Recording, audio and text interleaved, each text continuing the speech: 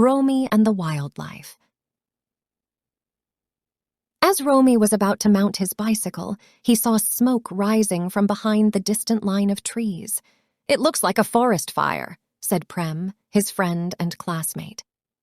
"It's well to the east," said Romi, "nowhere near the road." "There's a strong wind," said Prem, looking at the dry leaves swirling across the road. It was the middle of May, and it hadn't rained in the Terai for several weeks. The grass was brown, the leaves of the trees covered with dust. Even though it was getting on to 6 o'clock in the evening, the boys' shirts were damp with sweat. "It will be getting dark soon," said Prem. "You'd better spend the night at my house." "No, I said I'd be home tonight. My father isn't keeping well. The doctor has given me some tablets for him."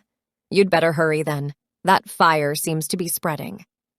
"Oh, it's far off. It will take me only 40 minutes to ride through the forest.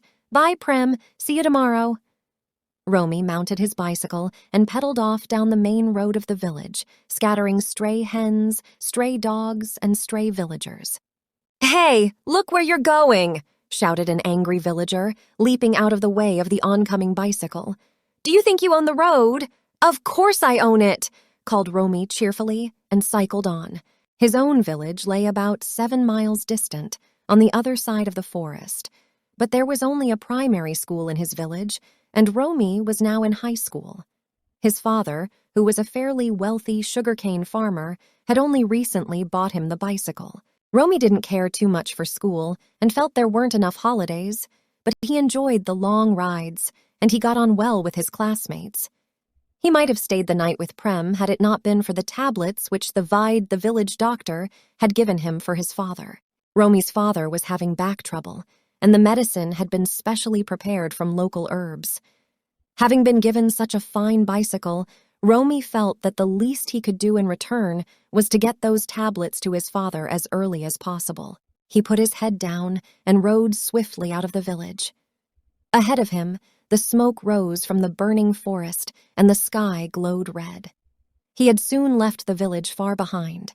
There was a slight climb, and Romi had to push harder on the pedals to get over the rise. Once over the top, the road went winding down to the edge of the subtropical forest. This was the part Romi enjoyed most. He relaxed, stopped pedaling, and allowed the bicycle to glide gently down the slope. Soon the wind was rushing past him, blowing his hair about his face and making his shirt billow out behind. He burst into song. A dog from the village ran beside him, barking furiously. Romi shouted to the dog, encouraging him in the race. Then the road straightened out, and Romi began pedaling again. The dog, seeing the forest ahead, turned back to the village. It was afraid of the forest. The smoke was thicker now, and Romi caught the smell of burning timber. But ahead of him, the road was clear. He rode on. It was a rough, dusty road, cut straight through the forest. Tall trees grew on either side, cutting off the last of the daylight. But the spreading glow of the fire on the right lit up the road, and giant tree shadows danced before the boy on the bicycle. Usually, the road was deserted. This evening, it was alive with wild creatures fleeing from the forest fire. The first animal that Romi saw was a hare, leaping across the road in front of him. It was followed by several more hares. Then a band of monkeys streamed across, chattering excitedly.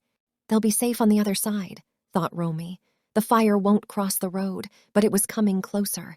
And realizing this, Romi pedaled harder. In half an hour, he should be out of the forest. Suddenly, from the side of the road, several pheasants rose in the air, and with a whoosh flew low across the path just in front of the oncoming bicycle. Taken by surprise, Romi fell off. When he picked himself up and began brushing his clothes, he saw that his knee was bleeding. It wasn't deep cut, but he allowed it to bleed a little, took out his handkerchief and bandaged his knee. Then he mounted the bicycle again. He rode a bit slower now, because birds and animals kept coming out of the bushes. Not only pheasants, but smaller birds too were streaming across the road. Parrots, jungle crows, owls, magpies, and the air was filled with their cries. "Everyone's on the move," thought Romi. It must be a really big fire.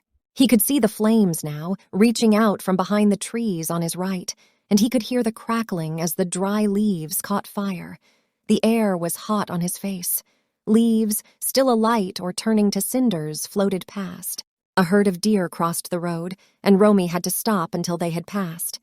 Then he mounted again and rode on, but now, for the first time, he was feeling afraid.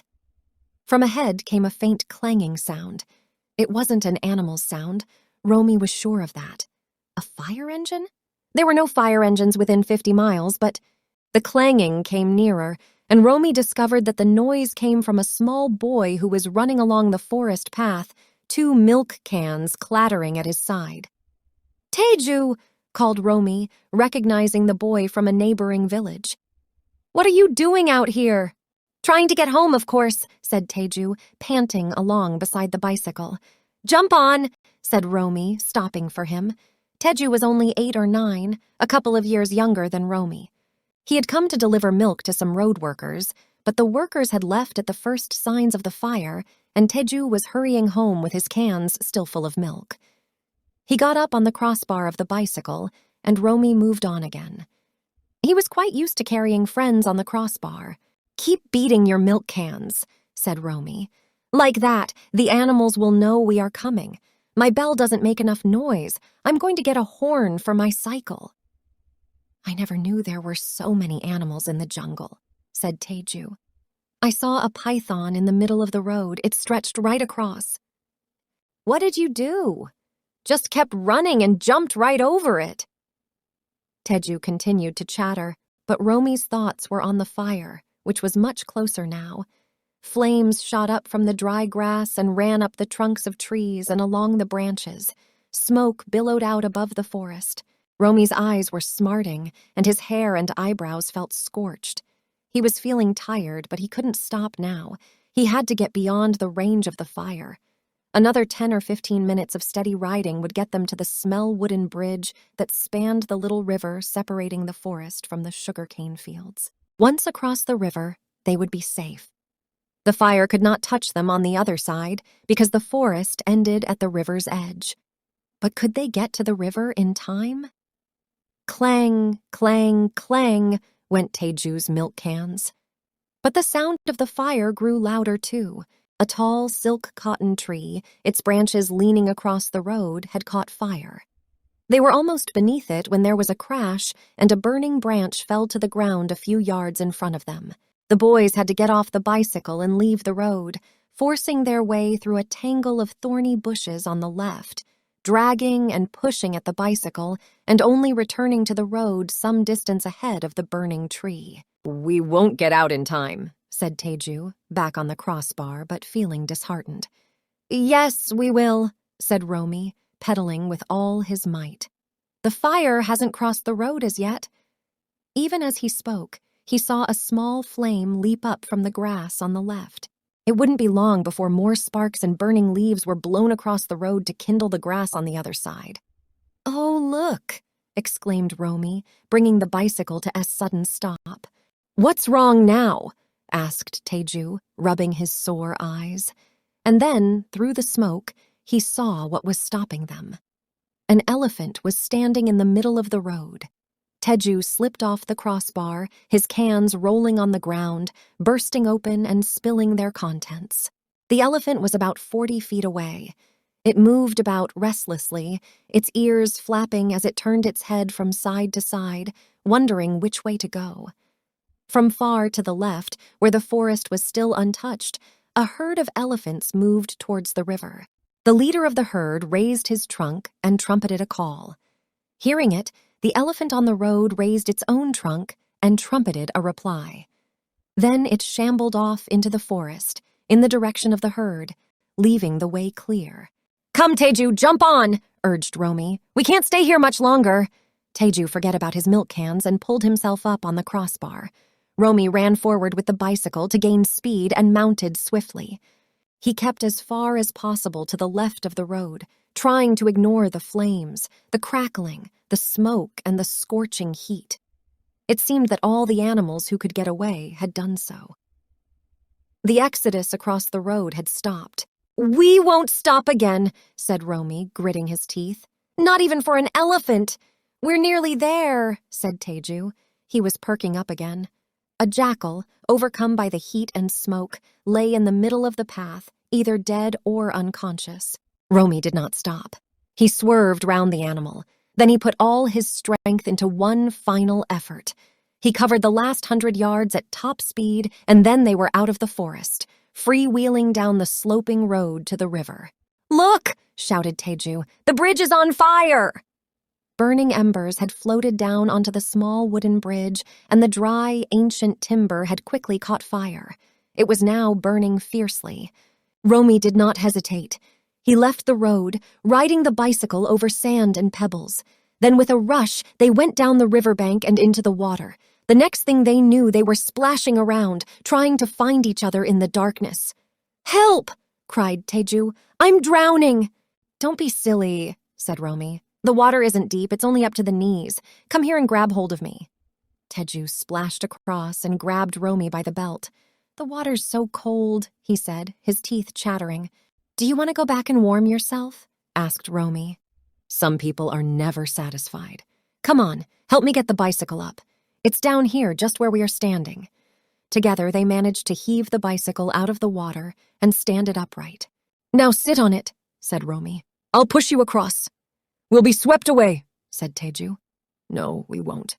There's not much water in the river at this time of the year, but the current is quite strong in the middle, so sit still, all right?" "All right," said Teju nervously. Romi began guiding the bicycle across the river, one hand on the seat and one hand on the handlebar. The river was shallow and sluggish in midsummer. Even so, it was quite swift in the middle.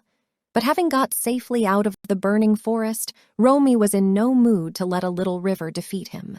He kicked off his shoes, knowing they would be lost, and then gripping the smooth stones of the riverbed with his toes, he concentrated on keeping his balance and getting the bicycle and Teju through the middle of the stream. The water here came up to his waist, and the current would have been too strong for Teju. But when they reached the shallows, Teju got down and helped Romi push the bicycle. They reached the opposite bank and sank down on the grass. "We can rest now," said Romi, "but not all night. I've got some medicine to give to my father." He felt in his pockets and found that the tablets in their envelope had turned into a soggy mess. "Oh, well, he'd take them with water anyway," he said. They watched the fire as it continued to spread through the forest. It had crossed the road down by which they had come. The sky was a bright red, and the river reflected the color of the sky. Several elephants had found their way down to the river. They were cooling off by spraying water on each other with their trunks.